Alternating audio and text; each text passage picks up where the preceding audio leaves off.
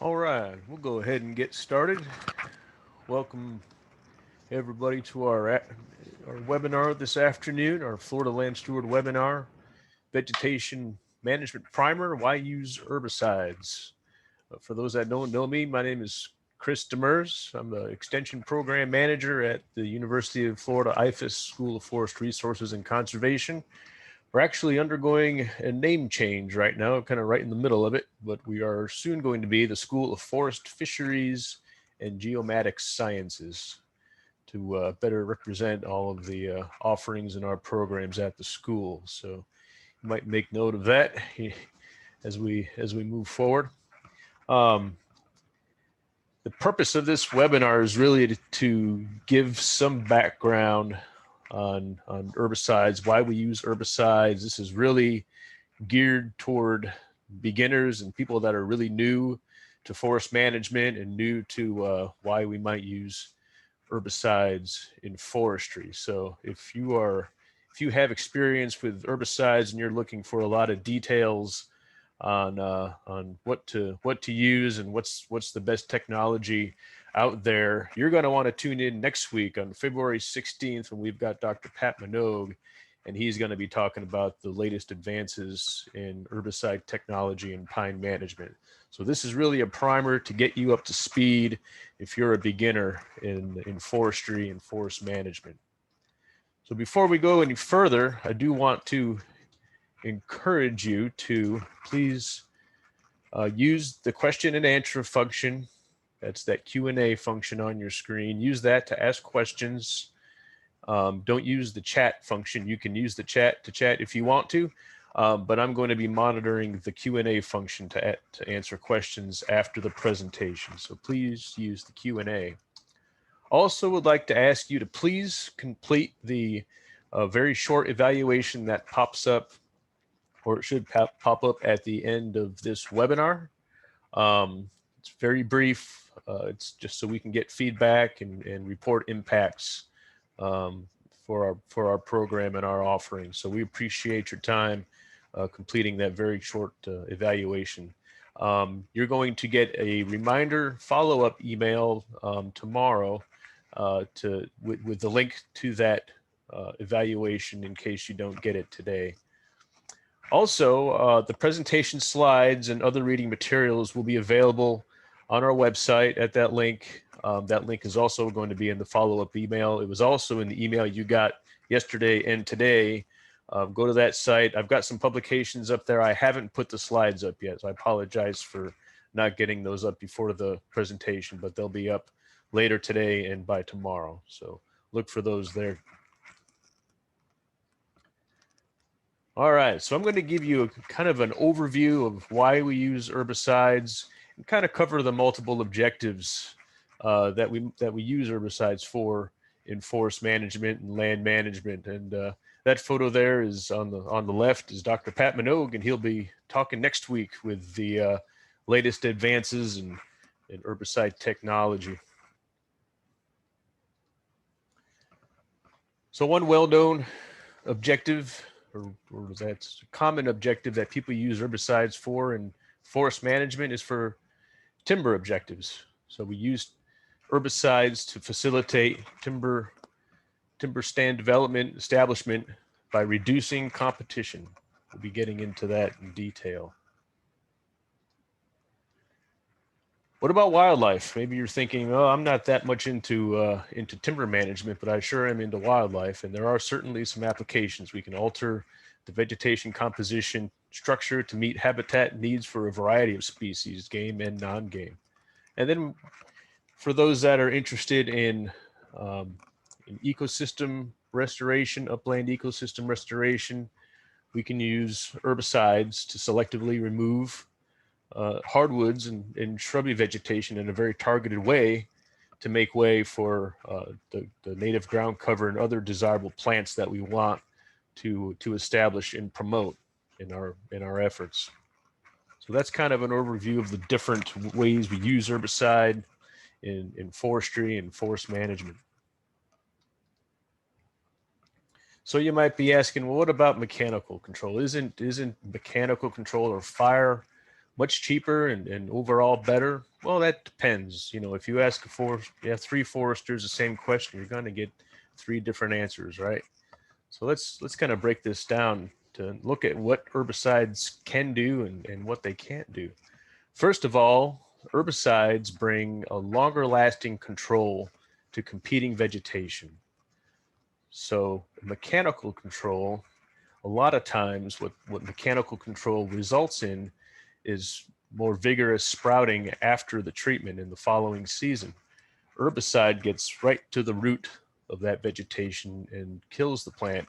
So you get a longer period of control, and therefore you can get an increased economic return from that. We'll be talking about that. Herbicides are used commonly to control the really tough invasive species that we have, especially in Florida. We got Kogan grass, Japanese climbing fern, the tallow tree, things like that.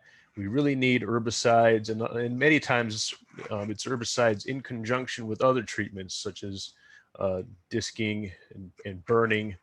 And these are treatments that we put on the ground multiple times, and we have to keep going back and checking. But herbicides are often a part of our management portfolio when we're talking about controlling invasive species. One thing that herbicides are beneficial for is retaining the biomass in the soil. In a lot of cases, especially when you're trying to restore ecosystem function, you want to maintain that seed bed, maintain that soil, because that's where all of those all the plants that you want, those target species, are all in that seed bed. So you want to do as minimal damage as you possibly can to that soil for that reason. And it's also good for other management too, other management objectives. We want to avoid soil compaction in many cases. The roots of pine trees, pine trees function best when the soil is not compacted. Most ecosystems and plant communities function best without soil compaction. So if we can avoid soil compaction and minimize that impact that mechanical treatments will often bring, then we can use herbicides for that. Herbicides can also be costly. We'll be talking about some things that can go wrong with herbicides. It's not something that we want to use carelessly. We really want to know what we're doing when we're using herbicides. Herbicides are not beneficial for reducing accumulations of slash after harvest. And in a lot of cases, we don't necessarily want to remove that slash. In most cases, you can usually let that decompose on the site. But if you do want to remove accumulation of slash, if you want to, of course, remove debris after a storm or a hurricane, of course, herbicides can't do that, obviously. Herbicides also are not effective at regenerating fire-dependent species, such as wiregrass. Wiregrass requires growing season burns to regenerate, produce seeds. And so what herbicides will do is make space for those species and create the light situation by removing that hardwood cover that can impede the light, but it's not going to help to regenerate those fire-dependent species. Only fire can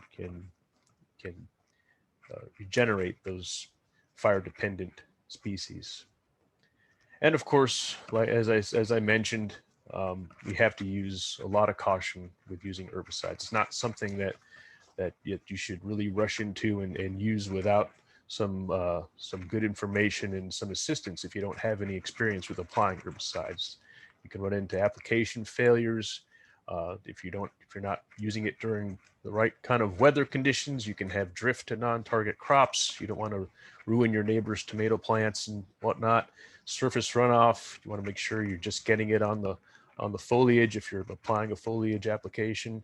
And of course, there's also risk of spills. So we have to be careful when we're using these materials.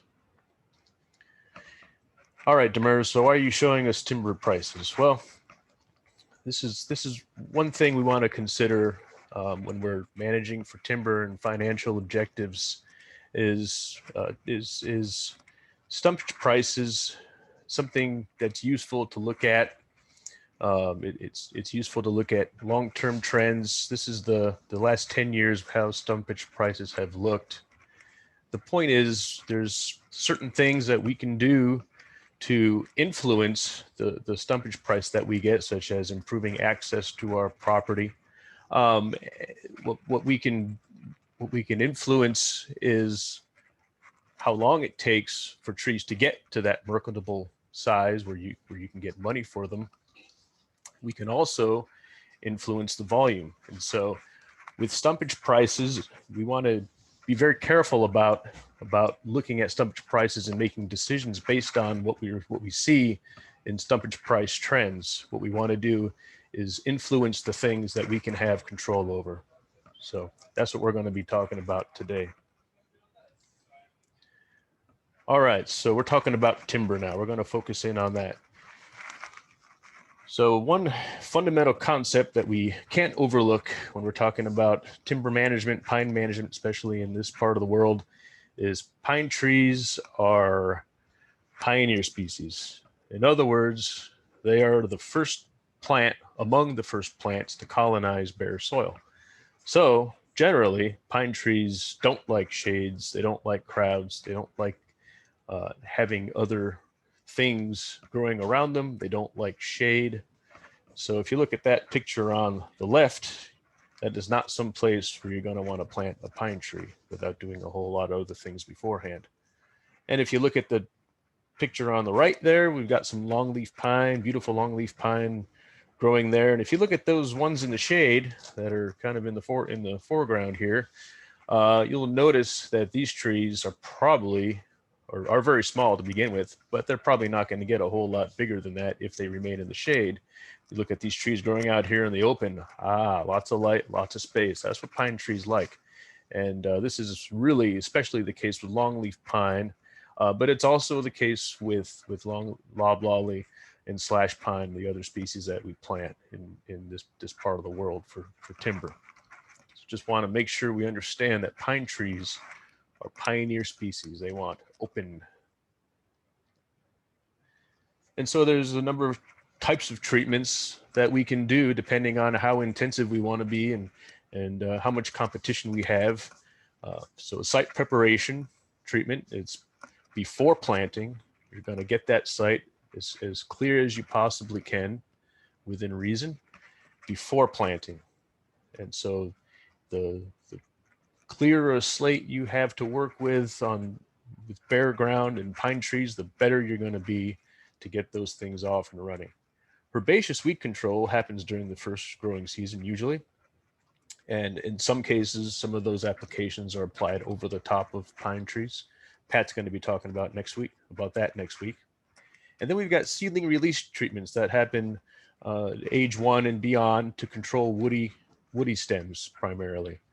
And of course, woody stem control can be really important because those plants can overtop your pine trees, shade them out, cause root competition.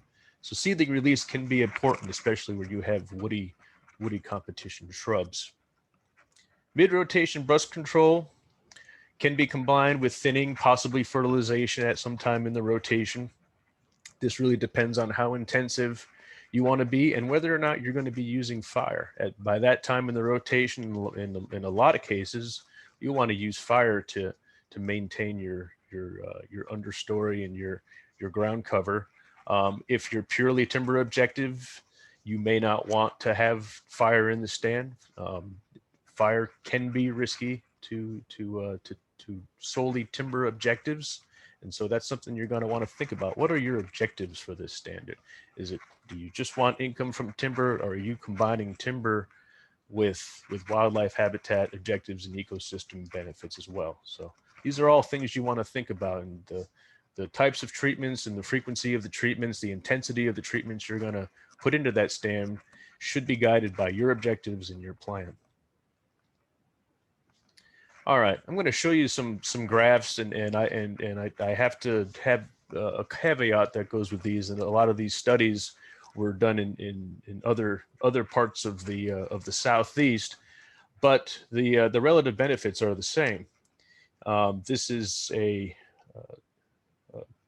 showing the relative benefit of site preparation compared to no treatment at all.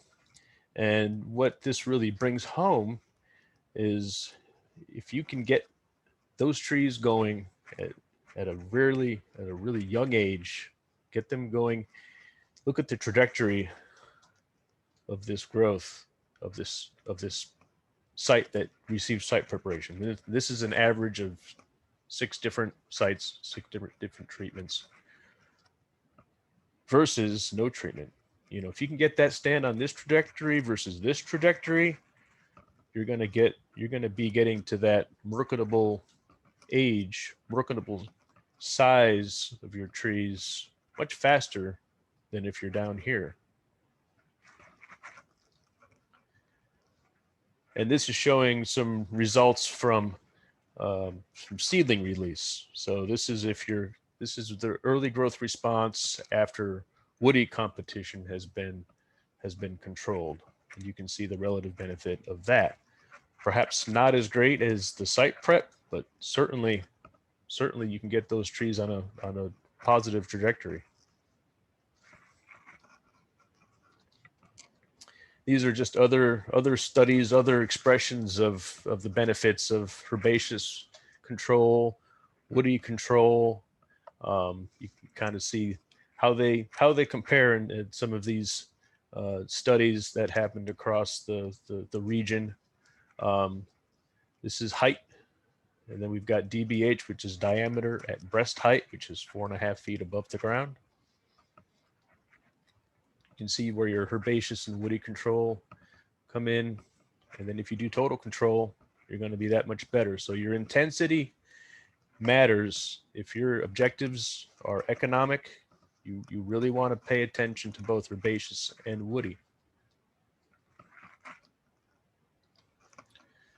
And these are some more expressions of volume in basal area. Basal area is the cross-sectional area of a stand at 4.5 feet.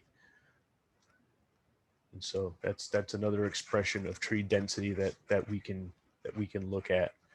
But the relative benefits, it's just to show that if we're paying attention early on in the stand, when that plantation is first started, you can really benefit from these types of treatments if you're careful and if it meets your objectives. You know, we're talking about treatments that can be costly. This is an investment, and so these are investments you want to make if they line up with your objectives. If you're trying to integrate habitat management and timber, you know, you're going to want to take this with a grain of salt. You might not want to go as intense as some of these treatments.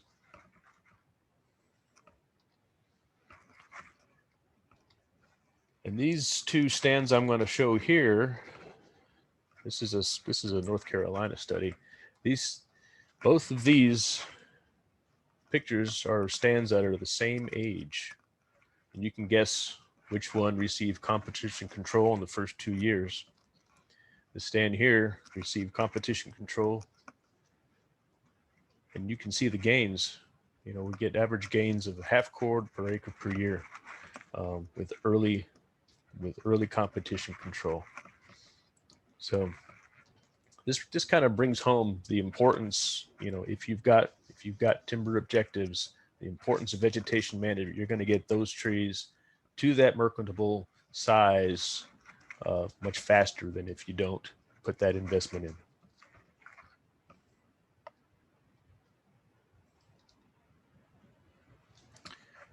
All right, but Chris, I don't really care about timber. I'm in this for wildlife. I want habitat benefits.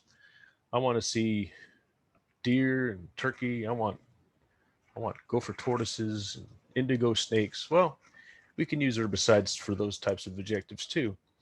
It might not be always necessary. It really depends on what you're starting with, and when also what are the trade-offs that you're willing to accept in terms of soil compaction with mechanical treatments. What kinds of soils are you working on? Is there seed bed you're trying to protect? You know, in a lot of cases, for those types of things, herbicides are going to provide some benefits if you've got a lot of vegetation to control and you want to protect that soil. You know, so you want to really have a good idea of what species you're managing for. What are their habitat requirements? for deer. We can control some of these sweet gums and oaks and shrubby things to make that browse that's a little bit lower available, the herbaceous browse. You know, some of these things we want to keep because there's acorns in the oak trees. There's different mast and fruits that are important for deer, but we can use herbicides to control what's gonna happen on that site for wildlife. We can release desirable forages like American beautyberry. Now, I don't know about you, but American beautyberry seems like it's getting a lot more common. I've seen a lot of beautyberry. This is kind of an older presentation that I've updated. Beautyberry was not quite as prolific as it is now, but it does have wildlife benefits, and certainly you want to have some beautyberry on your land if you've got wildlife objectives. Beautyberry, ragweed, the desmodiums, partridge pea, honeysuckle, blackberry, all these mast producing plants that we can favor with selective and careful herbicide application.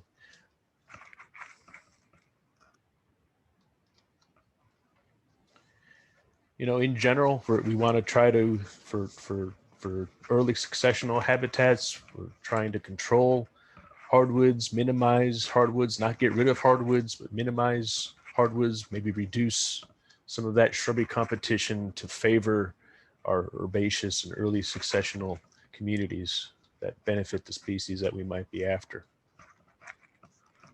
And then when we can use fire, if you can use fire, I don't know if you were here for saw our webinar that Joe Vaughn, and there's been other wildlife webinars, but the importance of fire for wildlife habitat to regenerate those fire-dependent species is really important. If you can use fire, if you've got the large enough area, large enough property, and you're not surrounded by highways and hospitals, schools, neighborhoods, you can use fire safely. It's a really powerful tool and cost effective. So if you can use fire in all these types of management, habitat and wildlife ecosystem restoration, it's a great tool. Talk a little bit about ecosystem and ground cover restoration. That's a blast from the past photo there that was taken up at Tall Timbers. We've got some pretty good sized longleaf and loblolly pines in there, wiregrass, ground cover. A lot of landowners are after that right there. It's easy to get through. It's great for wildlife. Really beautiful habitat, burned on a 2 to 3 year rotation. So this was taken at an event that we did, I think it was in Marion County a long time ago, so over 10 years ago. But it was a great little case study. It was a place where they removed oaks to favor ground cover plants like wiregrass and legumes. All this stuff was in the seed bank, and all this guy did was just take out some of those oak trees, and light hitting the ground regenerated these great plants that he was after. All they needed was some light. It's amazing what you can do. And he used some herbicide to take out those oak trees. So for ecosystem restoration, if you can apply targeted herbicide application to remove competition, woody competition, oak trees in this case, you can reap the benefits. Invasive species. If you've got kogan grass, invasive species such as this, it's always best to get rid of that before you start planting trees. Well, why is that? What's the big deal? That doesn't look so bad. Well, if you get a fire through here, this fire is going to be really hot, and it's likely going to cook some trees.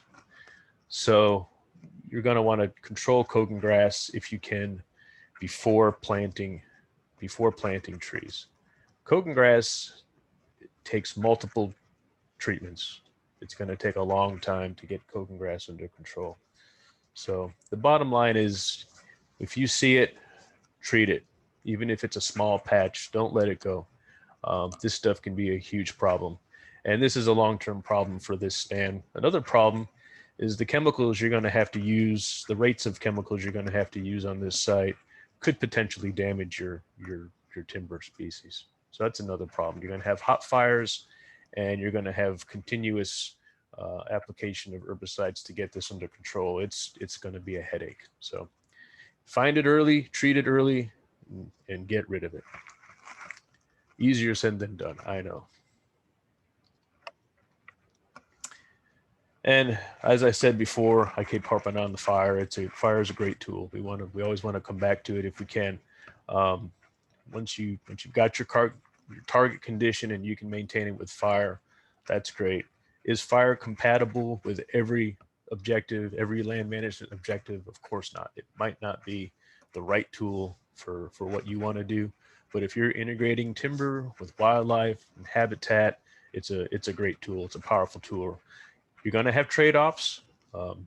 Some of the fire can get into the roots. It can stress the trees. It can reduce some of the timber growth, but that trade-off can certainly be worth it if your bottom line is not everything in timber. Where it is timber, then rethink fire.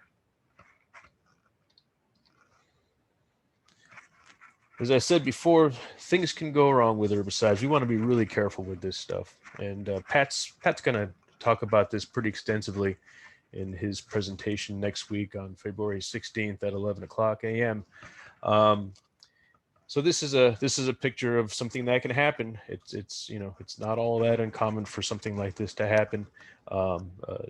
Yellowing of needles after something like a herbaceous release. If you don't have the right mix, if you're not applying the right rate, something went wrong here, and we've got an unhappy landowner with some damaged pines that aren't going to respond to that treatment like he was hoping. We want to make sure that we're following the guidelines that are provided in the herbicide label. We really want to know our objectives, know what you're applying herbicides for. Don't just apply herbicides because your neighbor is, or because you see the timber company down the road doing that. That might not be the right reason to apply any habitat management practice. Know your objectives, have a plan. If you've got a management plan, 5 years, you know what's going on that land, and every month and every day for the next 5 years. Have a plan, have a written plan. It's really helpful. The label is the law. That is the bottom line with herbicides. The label is the law. Always follow the product label. Use that product to control the species that are on that label. There's so much information that's in that label. That's really what you need to follow. Of course, be safe. Some of this stuff is common sense, but don't apply herbicides with shorts and flip-flops. You want to have long pants, boots, wear good field clothing. Don't wash that clothing with the rest of the family's laundry. Wash it separately. Have dedicated herbicide clothing. Wear a hat. Wear safety glasses, especially if you've got herbicides such as active ingredients like triclopyr can be very damaging to the eyes. The trade name for triclopyr, one of them is Garlon. Wear eye protection if you're applying herbicides. If you're not sure, wear eye protection. Wear a hat. Be safe. Avoid bad weather. Of course, rain. Obviously, you're not going to want to apply herbicide if you're going to get rain in an hour. If you're applying foliar herbicide, that chemical, that material has to be on that leaf, in contact with that leaf for several hours. So avoid wet weather when you're applying herbicide. Also, avoid really dry, windy days. If that wind is blowing and you're applying fine droplets in a liquid herbicide, that stuff's going to travel. So really do not apply herbicides if it's really windy, because it's going to end up elsewhere, likely on a neighbor's property, and where it could damage other crops and their plants. So don't do that. Be a good neighbor. Avoid applying herbicides in bad weather. Bottom line, get assistance. If you don't know what you're doing, work with a consultant, get with a contractor. They have the tools, they have the know-how, they have the experience to help you out with what you're doing. Can't stress that enough to get some assistance if you don't know what you're doing, if you're not sure. Another thing, keep good records, and that brings us up to our next point: keeping good records of what you're applying, just so you know. I mean, really for your own benefit, so you can look back. Well, what did we apply on this site to get it going 15 years ago? What did we use? We had some great success. You want to have that information available to you, just so you have it in your records. Also, if you're certified in the American Tree Farm System, if you've got that sign on your property, it's a good thing to keep up with the standards. Now, the American Tree Farm standards of sustainability are updated every 5 years or so. The latest standards, 2021 to 25 standards that are just rolling out, they contain a new stipulation that states that landowners must, that's a must, to maintain certification, you must maintain and provide documentation of pesticides, including herbicides. Herbicides are pesticides that are used on your property. And according to the language that's in their documentation must include what was applied, when, and where. So this is obviously another really good reason to keep track of what you're applying. So because it can have a direct effect on your certification, whether or not you can be certified or recertified. Of course, there's going to be some leeway as this is rolled out. This is a brand new standard. There's going to be some flexibility. If this is going to be a problem, if you foresee a problem, get with your forester. Try the best you can to retrace your steps and come up with some record of what you applied, when and where. So first-hand knowledge of what was done is good. So anyway, this is a heads up for you. If you're in the tree farm program, if you're certified tree farm, or if you want to be certified, it's a great idea to be certified. By the way, that's a whole nother presentation, but that we're probably going to do this year. But maintain good records of everything you do. All right, well, that concludes my presentation. We got that done in about a half an hour or so. We got plenty of time for questions. If you have questions, use the Q&A button, and I will monitor that for some time.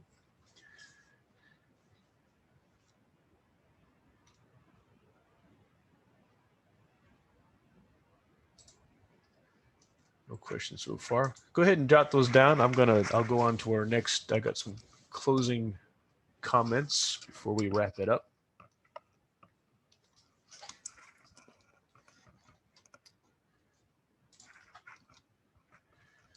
Again, please fill out the evaluation for the webinar. That's going to it should pop up automatically for you when you get out of when the webinar ends. That evaluation should pop up. Just fill that out really quick. We appreciate it. Again, the presentation slides and other materials. I've got a couple of extension publications. I think both of those were by Pat Minogue. Pat Minogue is our herbicide vegetation management expert in the school. He's stationed up at Quincy. Produces a lot of great information.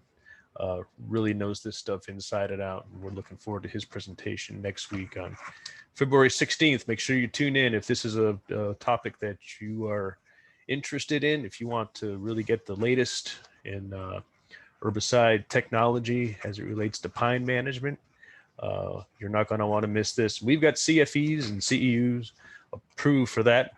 Category 1 SAF CFE is approved.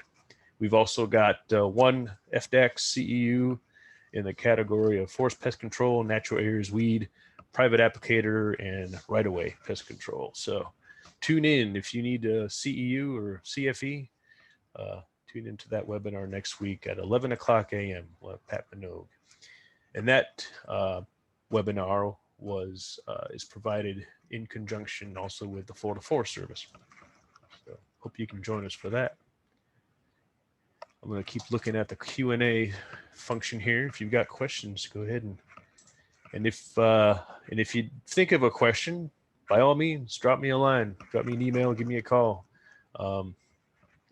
My contact information is on the reminder email for the webinars and on our website. I think I'm fairly easy to get a hold of, so drop me a line if you think of any questions that I didn't get to. It looks like we got one going here. Hey, Grace, what about bamboo and chemical applications? Yeah, that's a great question. Yeah, I remember, I think that issue came up. When was it? Yeah, I remember we were talking about I think it was in the biomass workshop that we did. That bamboo question came up and chemical applications. And I'm trying to remember now exactly which chemical is best for bamboo. Tell you what, save that question for Pat because he'll have a good answer for you on that. I'm not exactly sure, but let me look that up and get back with you, Grace. I've got your contact information. Thank you for the question. Any others?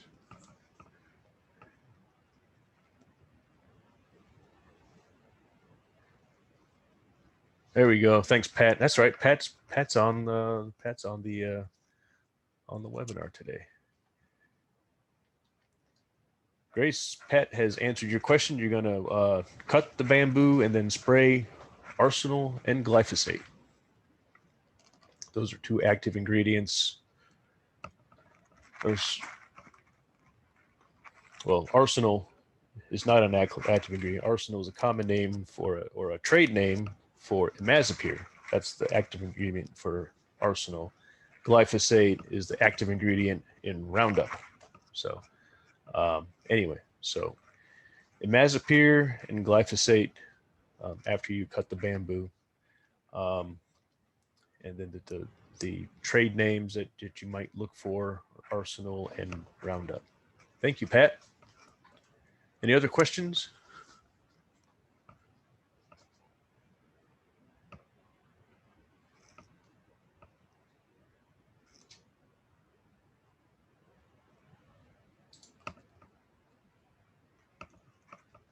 All right, well, we'll go ahead and wrap it up. I want to thank you all for joining us for the webinar today. And I really want to thank all of our partners and supporters that are involved in the Florida Land Steward every year.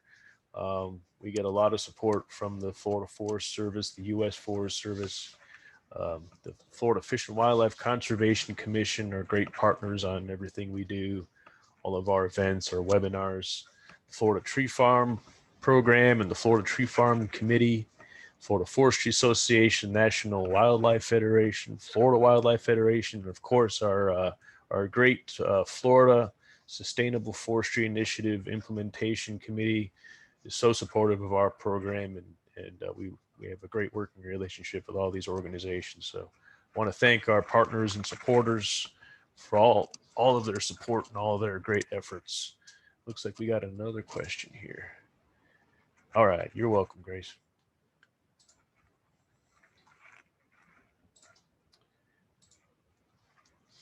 All right, well, if there are, I'll hang out for a little while here, but if there are no further questions, that wraps up today's webinar. Thank you again for joining us, and we'll hope to see you all on February 16th at 11 o'clock for Pat Minogue's webinar. So join us then. Thank you very much, and we will see you later. Go ahead and put those questions in. I'll hang out.